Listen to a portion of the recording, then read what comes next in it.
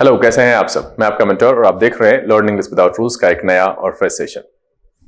आप लोगों की सोच के हिसाब से एक बार फिर से आप सबके सीने पर मूंग दलने के लिए हम उपस्थित हो चुके हैं, क्योंकि आप लोगों को शब्द याद करना, इस सेशन को पढ़ना मुझे पता है कितना दुष्कर लगता है, बट क्या करूं, मैं भी ये करना नहीं चाहता हूं। एग्जाम वाले मानते नहीं हैं, पूछेंगे ही, और चूंकि आप भरोसा करते हैं, मैं आपका टीचर हूं, टॉर्च बेयरर कहते हैं, तो उस लिहाजन जो है मुझे लेके आना पड़ता है, मजबूरी है। शब्दों की संख्या बढ़ाएंगे। अच्छा, मुंह लटकाने की जरूरत नहीं है, अब ठीक है, ज्यादा नहीं है, थोड़ा आसान आसान वर्ड ही है, डिक्शनरी में कुछ नए शब्द को बढ़ा लेते हैं। शुरू करते हैं सेशन, लेकिन उससे पहले जो लोग इस चैनल पर नए हैं और वैसे पुराने लोग जिन्होंने अब तक चैनल को सब्सक्राइब नहीं किया है, प्लीज सब्सक्राइब कर लीजिए। बेल आइकन प्रेस करके नोटिफिकेशन कॉल पर रखना नहीं भूलेगा, ताकि यहाँ जो वीडियो अपलोड हो उसकी सूचना आपको मिले और कोई भी सेशन मिस ना हो। लाइक और शेयर करने में कंजूसी नहीं कीजिएगा। साथ में सेशन के दौरान अनबन में कोई बात रह जाए तो कमेंट में लिख करके साझा जरूर कीजिएगा। जल्दी से जल्दी कोशिश करेंगे अगले ही सेशन में उसका आंसर लेकर के आपके सामने उपस्थित हो। चलिए सेशन की शुरुआत करते हैं।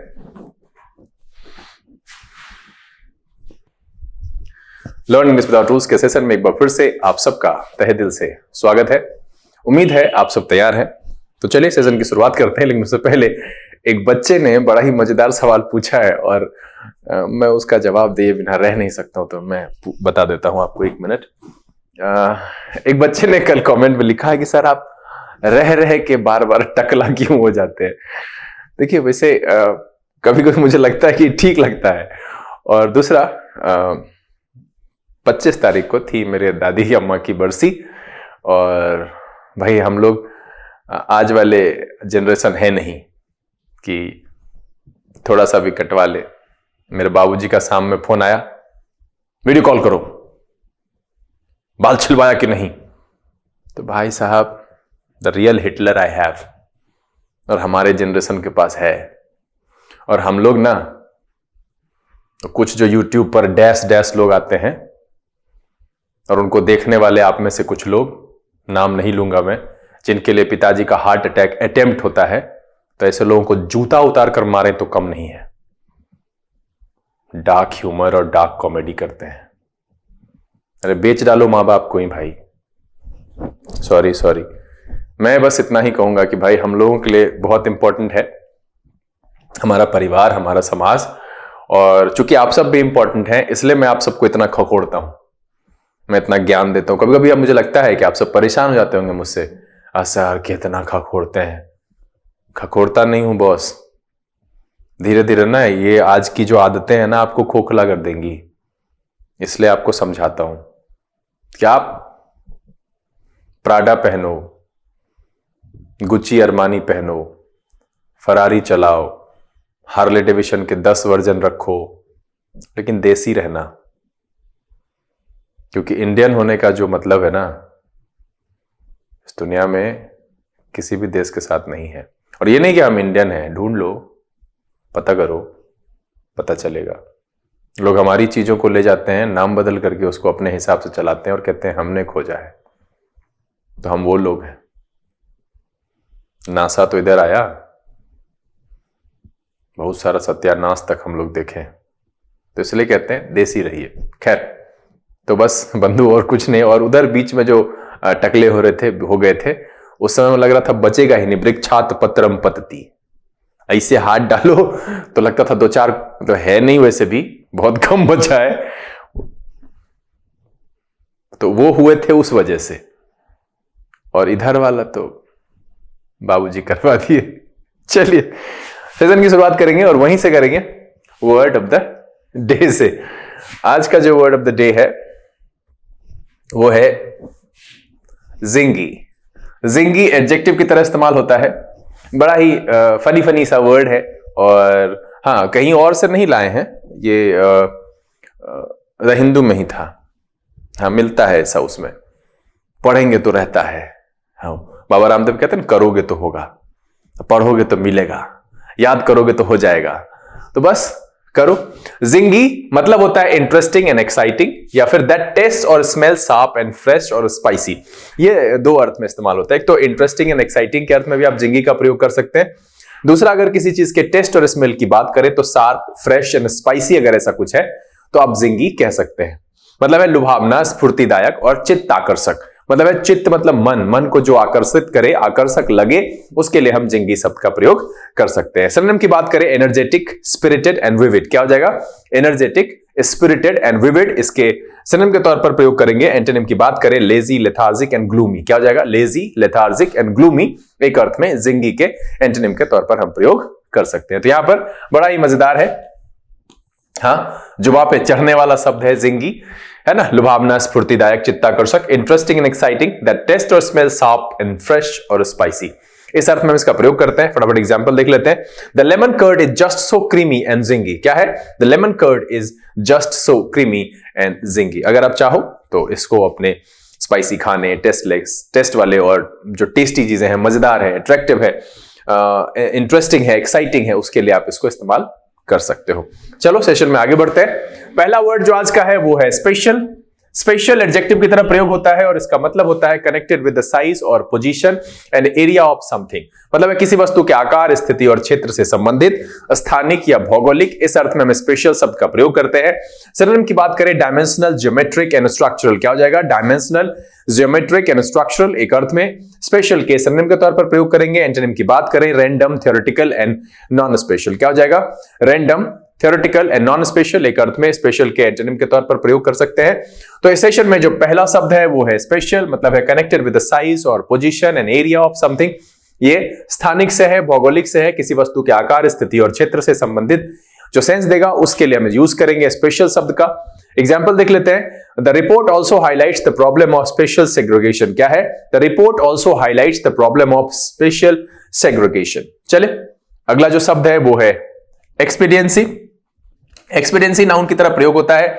इसका मतलब होता है the fact that an action is useful or necessary for a particular purpose although it may not be fair or right. मतलब है औचित्य, उपयुक्तता या योग्यता की बात करेंगे। The fact that an action is useful or necessary for a particular purpose although it may not be fair or right. मतलब है कि यद्यपि वो फेयर हो या राइट ना हो, मतलब औचित्य या उपयुक्तता की बात करने के लिए हम एक्सपीडियंसी शब्द का प्रयोग करते हैं। सिनोनिम की बात करें सुटेबिलिटी, यूजफुलनेस एंड कन्वीनियंस। क्या हो जाएगा? सुटेबिलिटी, यूजफुलनेस एंड कन्वीनियंस एक अर्थ में एक्सपीडियंसी के सिनोनिम के तौर पर प्रयोग करेंगे। एंटोनिम की बात करें अनफिजिबिलिटी, अनसुटेबिलिटी एंड इनएफिशिएंसी। क्या हो जाएगा? अनफिजिबिलिटी, अनसुटेबिलिटी एंड इनएफिशिएंसी एक अर्थ में एक्सपीडियंसी के एंटोनिम के तौर पर प्रयोग किया जा सकता है।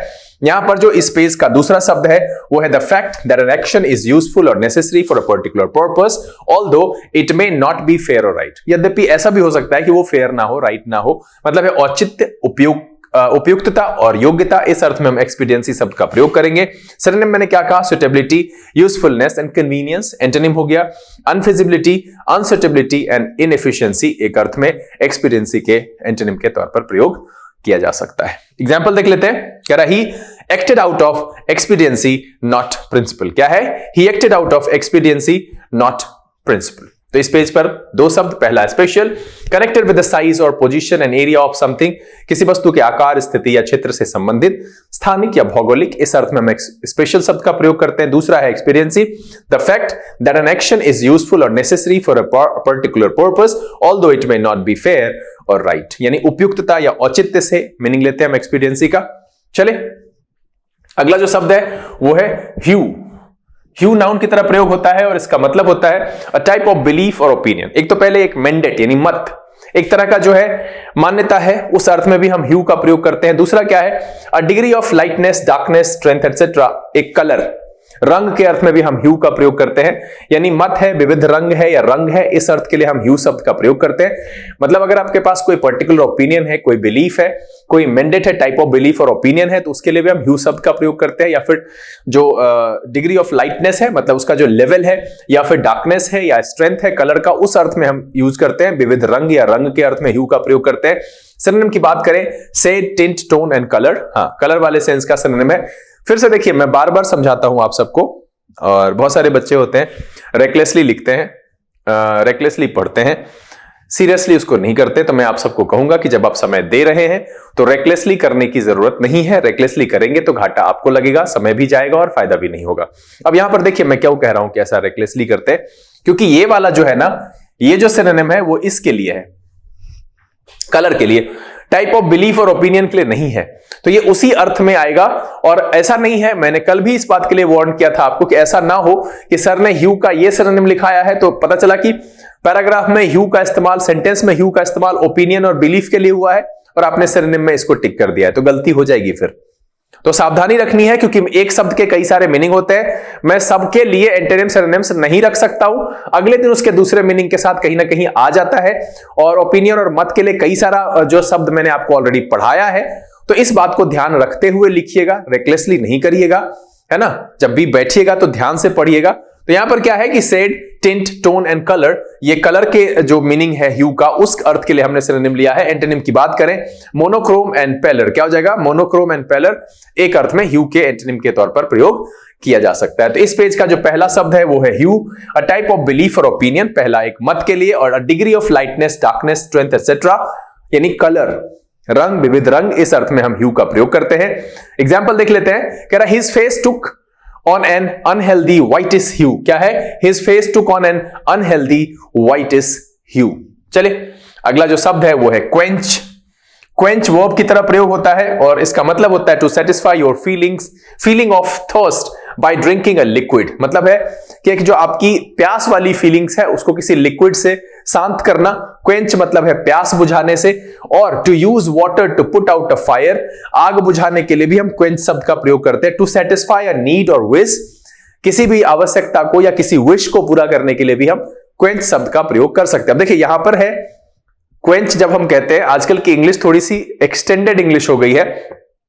एक्सटेंडेड इंग्लिश मतलब सेंस का सेंस लगा देते हैं। अब जैसे ही यहां पर क्वेंच का मतलब प्यास बुझाने से है, तो आपको किसी चीज की प्यास हो सकती है, आपकी कोई डिजायर है तो वो भी एक प्रकार की प्यास है, और उसको सेटिस्फाई करने के लिए, उसको बुझाने के अर्थ में भी कभी कभी क्वेंच देखा जा सकता है। तो फिर आप यहां पर ये नहीं कह सकते हैं कि भैया विश और डिजायर के लिए पानी से प्यास कैसे बुझेगी। तो यहां पर क्या लिखा हुआ है? To satisfy a need or wish. ये ध्यान रखिएगा कि इंग्लिश अब थोड़ी सी एक्सटेंडेड है, सेंस का सेंस आपको पकड़ के चलना पड़ेगा। तो यहां पर क्या कह रहा है? क्वेंच का to satisfy your feeling of thirst by drinking a liquid, मतलब है आपकी जो प्यास है, जो लिक्विड की इच्छा है, उसको किसी लिक्विड से शांत करने की। अब जरूरी नहीं है प्यास है तो पानी से बुझाए, बहुत सारा ऑप्शन आजकल अवेलेबल है। जहर पी के भी हम, मतलब वही आपका वो स्टिंग हुआ नहीं, आप लोग के लिए तो पी करके राइजिंग स्टार हो जाता है ना, पता चलेगा कौन सा स्टार है, खूब पियो। To satisfy your feeling of thirst by drinking a liquid, या फिर दूसरा है to use water to put out a fire. ये इस पेज का दूसरा शब्द है क्वेंच। इसका मतलब होता है प्यास बुझाने से, संतुष्ट करने से। मैंने पहले भी कहा है कि थोड़ा सा आप सेंस का सेंस लगा लीजिएगा। To satisfy a need or wish, इस अर्थ में भी हम क्वेंच का प्रयोग करते हैं। सिनोनिम की बात करें, सेटिस्फाई, स्लैक, सेशिएट एंड एस्वेज, क्या हो जाएगा? सेटिस्फाई, स्लैक, सेशिएट एंड एस्वेज एक अर्थ में क्वेंच के सिनोनिम के तौर पर प्रयोग करेंगे। एंटोनिम की बात करें, स्टिमुलेट, एक्साइट एंड एरोस, क्या हो जाएगा? स्टिमुलेट, एक्साइट एंड एरोस एक अर्थ में क्वेंच के एंटोनिम के तौर पर हम प्रयोग कर सकते हैं। फटाफट एग्जांपल देख लेते हैं। The flames were quenched by heavy rain, क्या है? The flames were quenched by heavy rain. तो इस पेज पर भी जो दो शब्द है वो पहला है ह्यू, अ टाइप ऑफ बिलीफ और opinion, a degree of lightness, darkness, strength etcetera of a colour, यानी मत से, विविध रंग से, रंग का अर्थ में हम ह्यू का प्रयोग करते हैं। दूसरा शब्द है यहां पर क्वेंच, मतलब होता है to satisfy your feeling or thirst by drinking a liquid, or to use water to put out a fire, or to satisfy a need or wish, इस अर्थ में हम क्वेंच शब्द का प्रयोग करते हैं। चले अगला जो शब्द है वो है इररिफ्यूटेबल। इररिफ्यूटेबल एडजेक्टिव की तरह प्रयोग होता है और इसका मतलब होता है used about statement, argument, idea. ये किसी भी स्टेटमेंट के लिए, किसी आर्गुमेंट के लिए, किसी आइडिया के लिए इस्तेमाल होता है। That can not be proved wrong और मस्ट बी एक्सेप्टेड, मतलब है कि ऐसा आइडिया, कोई ऐसा स्टेटमेंट, कोई ऐसा आर्गुमेंट जिसको कि आप गलत नहीं साबित कर सकते हो, उसको एक्सेप्ट करना ही पड़ता है, उसको हम कहते हैं इररिफ्यूटेबल। मतलब है जिसको कि हम अविवादास्पद, अकाट्य या अखंडनीय, जिसका खंडन नहीं किया जा सकता है, जिसको काटा नहीं जा सकता है, उसको कहते हैं irrefutable। मतलब है used about a statement, argument, idea that cannot be proved wrong and must be accepted।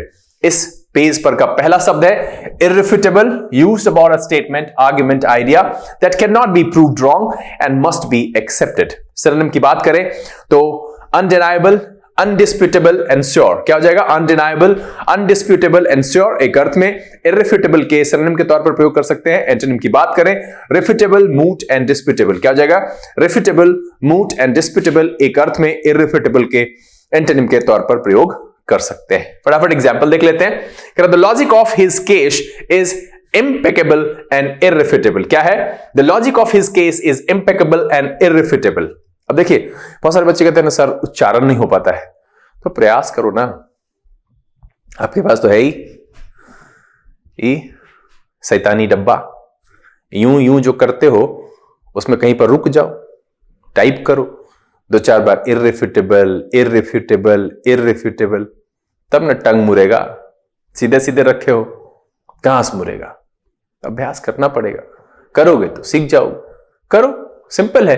एक दिन में 10 भी कर लिया तो बहुत है. हड़बड़ाने से कुछ नहीं होगा सर. लगता है एक ही दिन में सब बटोर ले, तब सरस्वती जी तो है नहीं, महादेव जी है नहीं कि आपको वरदान देंगे तथास्तु. यथास्तु यहीं पर यही है, यथा स्थिति है कि करत करत अभ्यास ते जरमत होत सुजान, रसरी आवत जाते सिल पर परत निशान. कोशिश करिए, मेहनत करने वालों की कभी हार नहीं होती. बोल बोल के की गई प्रैक्टिस कभी बेकार नहीं होती. तो करना पड़ेगा सर. ऐसे अटकिएगा तो एग्जामिनेशन में यही अटकना, आपके 20 मिनट में 15 मिनट में जो 25 क्वेश्चन 30 क्वेश्चन सॉल्व करना रहता है, नहीं बना पाते हो ना, रफ्तार नहीं बढ़ती है ना. रीजन यही है, पढ़ नहीं पाओगे तो कहां से रफ्तार बढ़ेगा? कॉमन सेंस है, अपनी गलती खुद सुधारो ना यार. अगर आपकी रफ्तार ठीक नहीं है तो रफ्तार ठीक करो.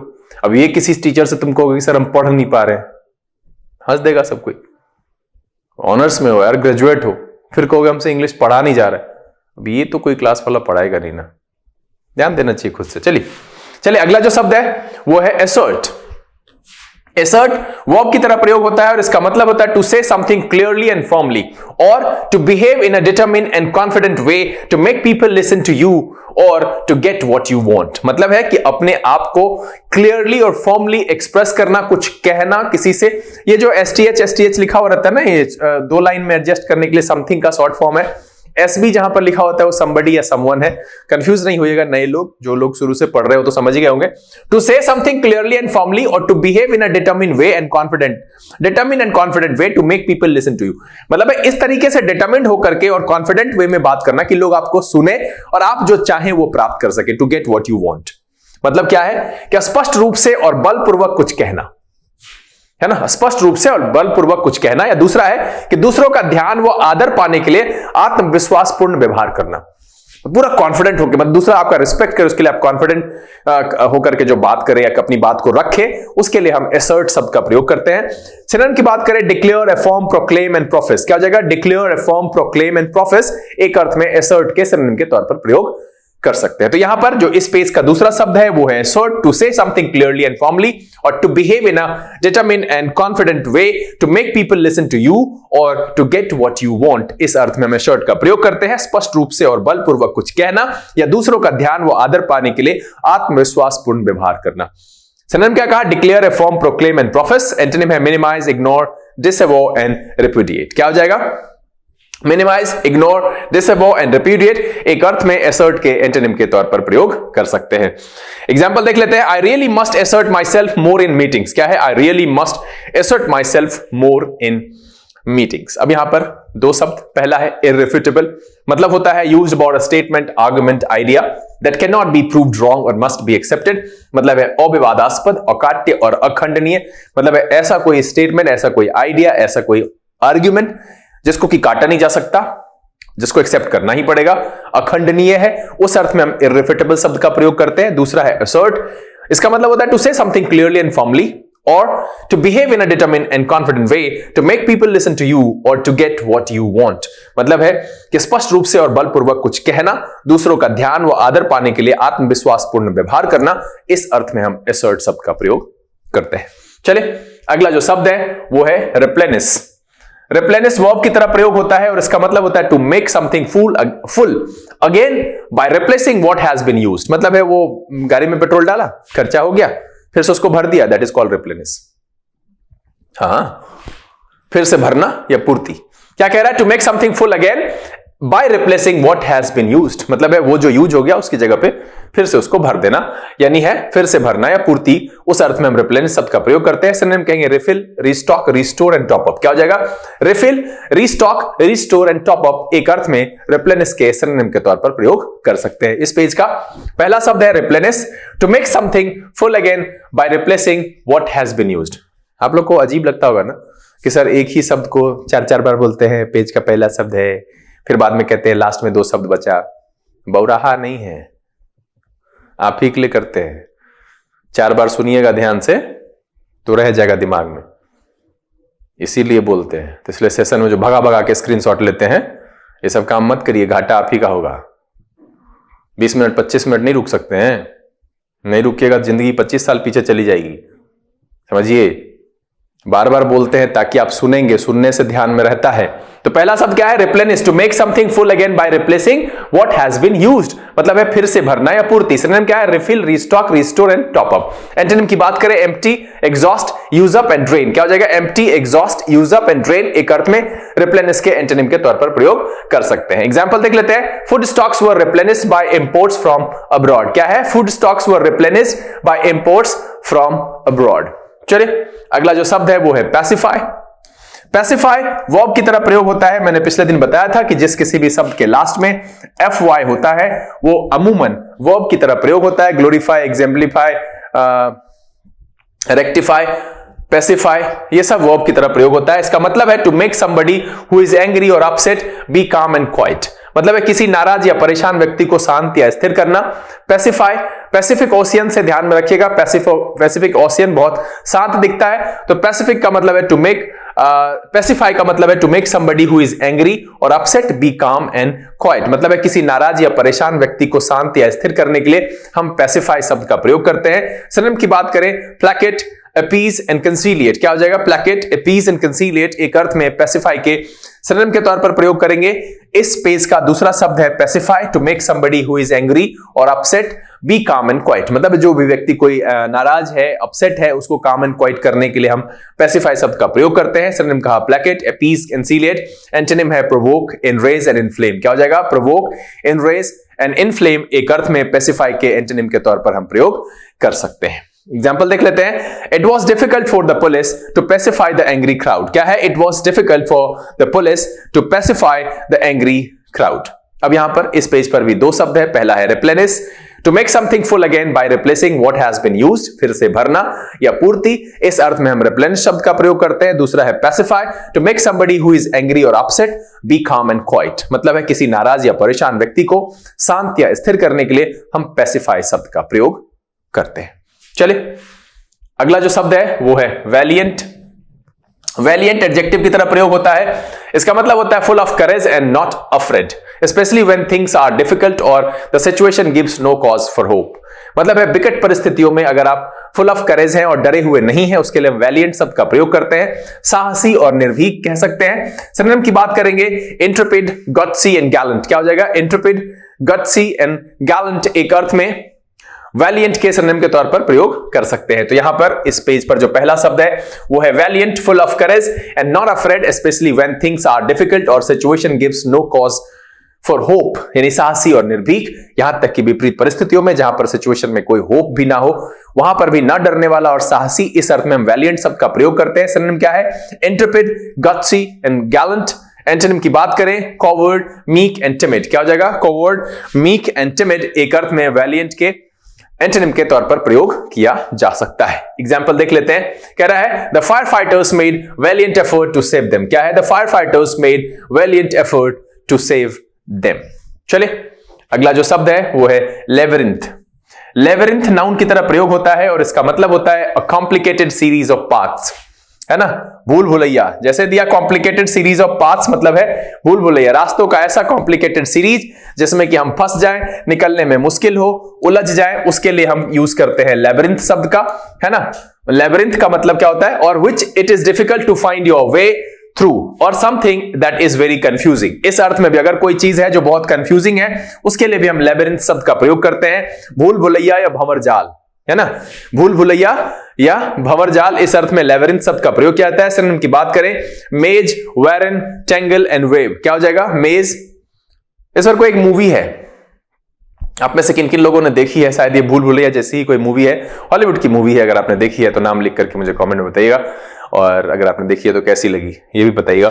सिनोनिम है मेज, वेरन, टेंगल एंड वेव। एक अर्थ में लेबिरिंथ के सिनोनिम के तौर पर प्रयोग कर सकते हैं। एंटोनिम कहेंगे clarity, simplicity, order and path. क्या हो जाएगा? Clarity, simplicity, order and path एक अर्थ में लेबिरिंथ के एंटोनिम के तौर पर प्रयोग किया जा सकता है। तो इस पेज का जो दूसरा शब्द है वो है लेबिरिंथ, मतलब होता है a complicated series of paths which it is difficult to find your way through or sometimes that is very confusing। मतलब कोई अगर बहुत कुछ ऐसा हो, sometimes नहीं है, something है, sorry, sometimes नहीं है, something that is very confusing, मतलब कुछ ऐसा है जो बहुत confusing है, उसके लिए भी लेबिरिंथ शब्द का प्रयोग करते हैं। भूल भुलैया भी जो रास्ता होता है वो confusing ही होता है, किधर जाएं किधर नहीं जाएं, फंस जाते हैं हम लोग उस भंवरजाल में। तो इसलिए इसका जो सेंस है भूल भुलैया भंवरजाल कह सकते हैं।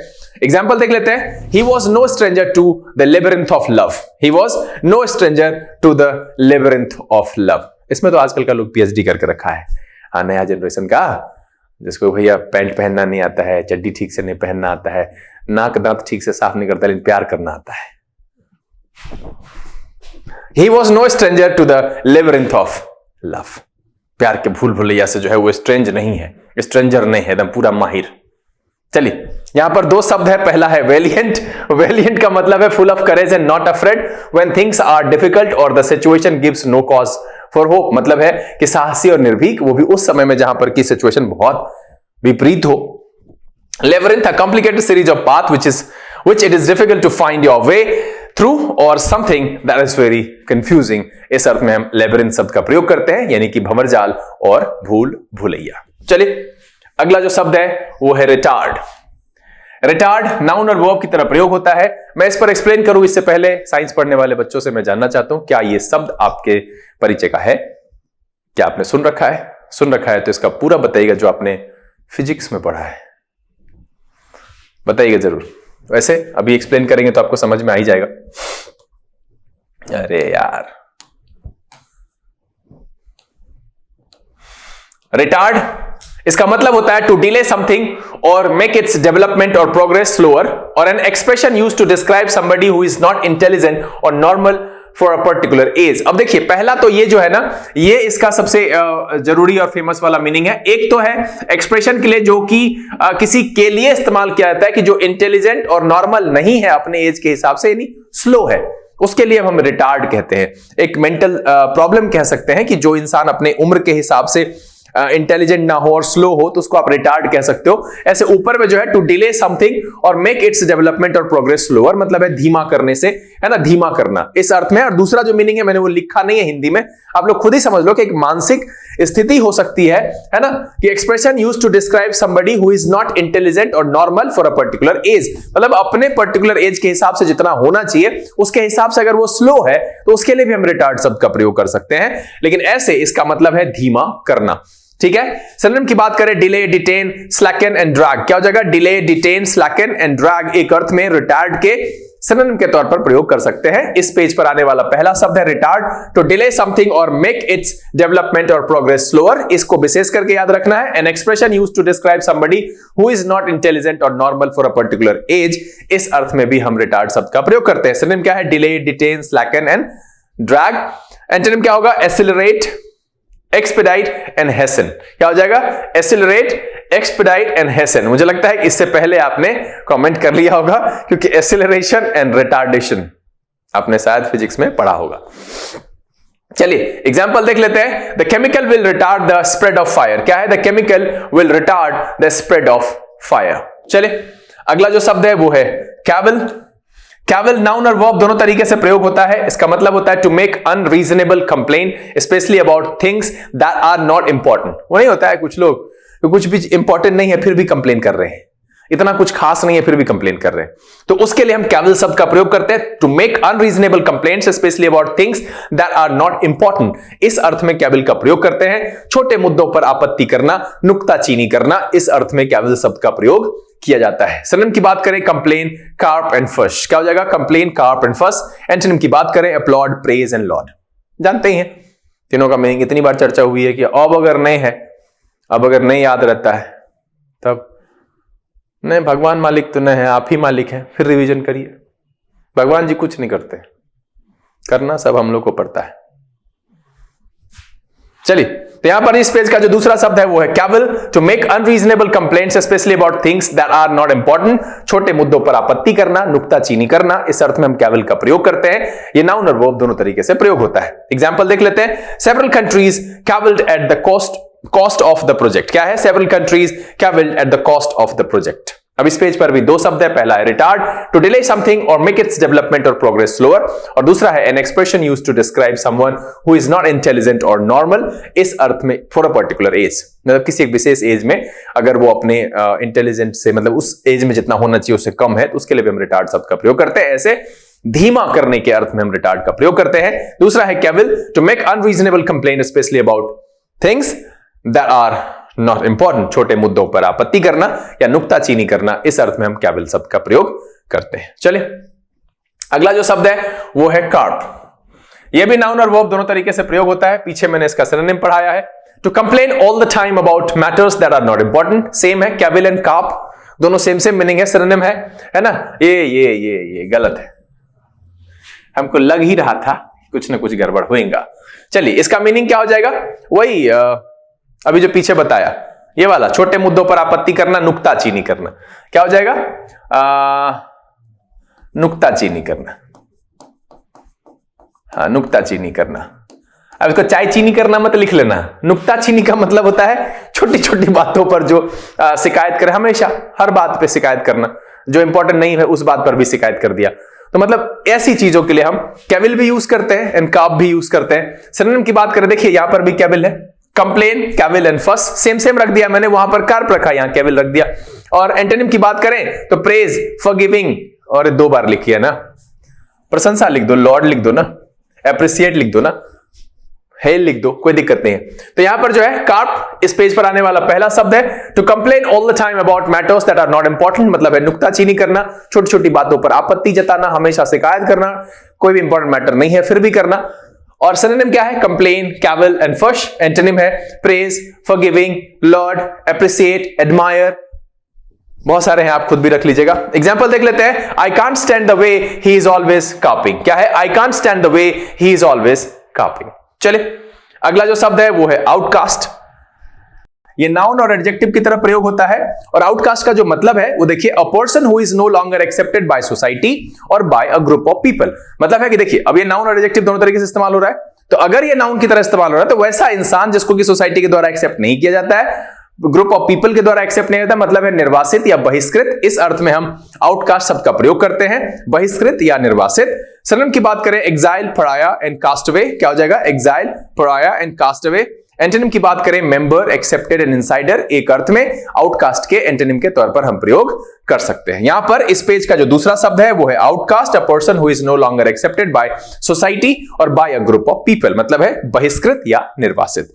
एग्जांपल देख लेते हैं। Her criminal past made her an outcast. क्या है? Her criminal past made her an outcast. इस पेज पर भी दो शब्द, पहला है carp, to complain all the time about matters that are not important, मतलब है नुक्ताचीनी करना, छोटी छोटी बातों पर शिकायत करना, इस अर्थ में हम कार्प का प्रयोग करते हैं। दूसरा है outcast, a person who is no longer accepted by society or by a group of people, मतलब है बहिष्कृत और निर्वासित। चलिए, अगला जो शब्द है वो है मैग्नम ओपस। ये नाउन की तरह प्रयोग होता है और इसका मतलब होता है the most important piece of work done by a writer और आर्टिस्ट। मतलब है किसी आर्टिस्ट और राइटर के द्वारा जो उसका सबसे इंपॉर्टेंट वर्क होता है, पीस ऑफ वर्क, उसको कहते हैं मैग्नम ओपस, यानी महान कलाकृति। सिनोनिम की बात करें, मास्टरपीस, ग्रेट वर्क। एंटोनिम की बात करें, फेलियर, डिजास्टर एंड मेडियोक्रिटी। क्या हो जाएगा? फेलियर, डिजास्टर, मेडियोक्रिटी एक अर्थ में मैग्नम ओपस के एंटोनिम के तौर पर हम रख सकते हैं। यहां पर जो पहला शब्द है वो है मैग्नम ओपस, मतलब होता है most important piece of work done by a writer और आर्टिस्ट। किसी राइटर और आर्टिस्ट के जो सबसे इंपॉर्टेंट पीस ऑफ वर्क है, सबसे महान कलाकृति जो उनकी होती है, उसको मैग्नम ओपस कहते हैं। एग्जांपल देख लेते हैं। The writer produced his magnum opus just before he died. क्या है? The writer produced his magnum opus just before he died. एक बार फिर से सुन लीजिए। Magnum opus, the most important piece of work done by a writer और artist, किसी writer और artist के द्वारा जो सबसे महान काम उसका होता है, महान कलाकृति होती है, उसको कहते हैं magnum opus। चलिए, अगला जो शब्द है वो है ebullient। एब्यूलिएंट एडजेक्टिव की तरह प्रयोग होता है और इसका मतलब होता है full of confidence and energy. क्या हो जाएगा? Full of confidence and energy मतलब है ऊर्जा एवं उत्साह से पूर्ण या जोशीला, इस अर्थ में प्रयोग होता है। इसमें दीर्घीकार होना चाहिए मेरे हिसाब से, देख लीजिएगा। ठीक है, एब्यूलिएंट का मतलब है full of confidence and energy, ऊर्जा और उत्साह से पूर्ण या जोशीला, इस अर्थ में हम एब्यूलिएंट का प्रयोग करते हैं। सिनोनिम की बात करें, एक्सुबरेंट, बॉयंट एंड जॉन्टी। क्या हो जाएगा? एक्सुबरेंट, बॉयंट एंड जॉन्टी एक अर्थ में एब्यूलिएंट के सिनोनिम के तौर पर प्रयोग करेंगे। एंटोनिम की बात करें तो अपैथेटिक, अनहैप्पी एंड डोलफुल। क्या हो जाएगा? अपैथेटिक, अनहैप्पी एंड डोलफुल एक अर्थ में एब्यूलिएंट के एंटोनिम के तौर पर प्रयोग किया जा सकता है। इस पेज पर जो दूसरा शब्द है वो है ebullient, full of confidence and energy, ऊर्जा एवं उत्साह से पूर्ण और जोशीला, यानी एक्सुबरेंट, बॉयंट, जॉन्टी। एंटोनिम की बात करें अपैथेटिक, अनहैप्पी एंड डोलफुल। एग्जाम्पल देख लेते हैं। He was so ebullient during the presentation that no one noticed the gaps in his research. क्या है? He was so ebullient during the presentation that no one noticed the gaps in his research. अब इस page पर भी दो शब्द है। पहला है magnum opus, the most important piece of work done by a writer और आर्टिस्ट, महान कलाकृति, इस अर्थ में मैग्नम ओपस का प्रयोग करते हैं। दूसरा है ebullient, full of confidence and energy, ऊर्जा एवं उत्साह से पूर्ण यानी जोशीला, इस अर्थ में हम एब्यूलिएंट का प्रयोग करते हैं। चलिए अगला जो शब्द है वो है क्रमी। क्रमी एडजेक्टिव की तरह प्रयोग होता है और इसका मतलब होता है ऑफ वेरी बैड क्वालिटी, मतलब है बेकार और घटिया, इस अर्थ में हम क्रमी शब्द का प्रयोग करते हैं। ये एडजेक्टिव की तरह प्रयोग होता है। सिनोनिम की बात करें, इंफीरियर, सब स्टैंडर्ड एंड लॉजी। क्या हो जाएगा? इंफीरियर, सब स्टैंडर्ड एंड लॉजी एक अर्थ में क्रमी के सिनोनिम के तौर पर प्रयोग करेंगे। एंटोनिम की बात करें, स्टैंडर्ड, डिसेंट एंड एडिक्वेट। क्या हो जाएगा? स्टैंडर्ड, डिसेंट एंड एडिक्वेट एक अर्थ में क्रमी के एंटोनिम के तौर पर हम प्रयोग कर सकते हैं। तो यहां पर जो पहला शब्द है वो है क्रमी, ऑफ वेरी बैड क्वालिटी, इस अर्थ में हम यूज करते हैं। एडजेक्टिव की तरह प्रयोग होता है, बेकार या घटिया, ये सेंस है क्रमी का। एग्जांपल देख लेते हैं। कह रहा है she lives in a really crummy area. क्या है? She lives in a really crummy area. She lives in a really crummy area. Crummy पहला शब्द है इस पेज पर का, मतलब होता है ऑफ वेरी बैड क्वालिटी, बेकार या घटिया। सिनोनिम की बात की, इंफीरियर, सब स्टैंडर्ड एंड लॉजी। एंटोनिम है स्टैंडर्ड, डिसेंट एंड एडिक्वेट। चलिए सेशन का जो आखिरी शब्द है वो है कमेस्टेबल। कमेस्टेबल नाउन और एडजेक्टिव दोनों तरीके से प्रयोग होता है और इसका मतलब होता है एन आइटम ऑफ फूड, यानी आहार कह सकते हैं, या फिर suitable for safe, suitable for safe, suitable और या फॉर नहीं, सुटेबल और सेफ फॉर ईटिंग, है ना, किसी चीज के लिए खाने के लिए, किसी चीज के लिए खाने के लिए जो सुटेबल हो और सेफ हो उसके लिए हम कमेस्टेबल कहते हैं। एन आइटम ऑफ फूड यानी आहार कह सकते हो, या वैसी चीज जो खाने के लिए सेफ और सुटेबल हो उसके लिए भी हम कमेस्टेबल शब्द का प्रयोग करते हैं, आहार या खाने योग्य। सिनोनिम की बात करें, एडिबल, ईटेबल, कंज्यूमेबल। क्या हो जाएगा? Edible, eatable, consumable. अब मैं आप सबसे जानना चाहता हूं कि what is the difference between edible and eatable. Comment में लिख करके बताइएगा। अब के सर आपको ये पूछने का अधिकार नहीं है क्योंकि आपने नहीं पढ़ाया है। तो लेडीज एंड जेंटलमैन, मैंने ये पढ़ाया है। कहां पढ़ाया है? वन वर्ड सब्स्टिट्यूशन में दोनों पढ़ाया है मैंने। तो इसीलिए आप सबका अधिकार बनता है कि आप हमको ये जवाब दीजिए। तो प्लीज कमेंट में लिख करके मुझे बताइए what is the difference between edible and eatable. लिखिएगा जरूर। सिनोनिम देख लेते हैं, हो गया। एंटोनिम देखिए, अनईटेबल, इनएडिबल एंड पॉइजनस। क्या हो जाएगा? अनईटेबल, इनएडिबल एंड पॉइजनस एक अर्थ में कमेस्टेबल के एंटोनिम के तौर पर प्रयोग करेंगे। इस पेज का जो दूसरा शब्द है वो है कमेस्टेबल, एन आइटम ऑफ फूड और सुटेबल और सेफ फॉर ईटिंग, इस अर्थ में हम प्रयोग करते हैं कमेस्टेबल का, आहार या खाने योग्य वस्तु। सिनोनिम क्या है? Edible, eatable, consumable. एंटोनिम है uneatable, inedible and poisonous. Example देख लेते हैं। कह रहा है I decide to stop doing anything social and just spend my money on healthy comestibles. क्या है? I decide to stop doing anything social and just spend my money on healthy comestibles. इस page पर आखिरी दो शब्द, पहला crummy, of very bad quality, बेकार या घटिया, इस अर्थ में प्रयोग करते हैं। दूसरा कमेस्टेबल, एन आइटम ऑफ फूड और सुटेबल और सेफ फॉर ईटिंग, आहार और खाने योग्य, इस अर्थ में प्रयोग करते हैं कमेस्टेबल का। उम्मीद है कि आज के सेशन में जो total word of the day मिलाकर के 19 शब्द रखे गए, सब के सब नए थे, पढ़ करके मजा आया, बहुत कुछ सीखने के लिए मिला और नई जानकारियों से भरा हुआ था और ये सेशन आपको पसंद आया। अगर ये वीडियो अच्छा लगा आप इसको लाइक कर दीजिए। अब तक चैनल सब्सक्राइब नहीं किया है तो प्लीज सब्सक्राइब कर लीजिएगा। बेल आइकन प्रेस करके नोटिफिकेशन को ऑल पर रखना नहीं भूलेगा ताकि यहां से जो वीडियो अपलोड हो उसकी सूचना आपको मिले और कोई भी सेशन मिस ना हो।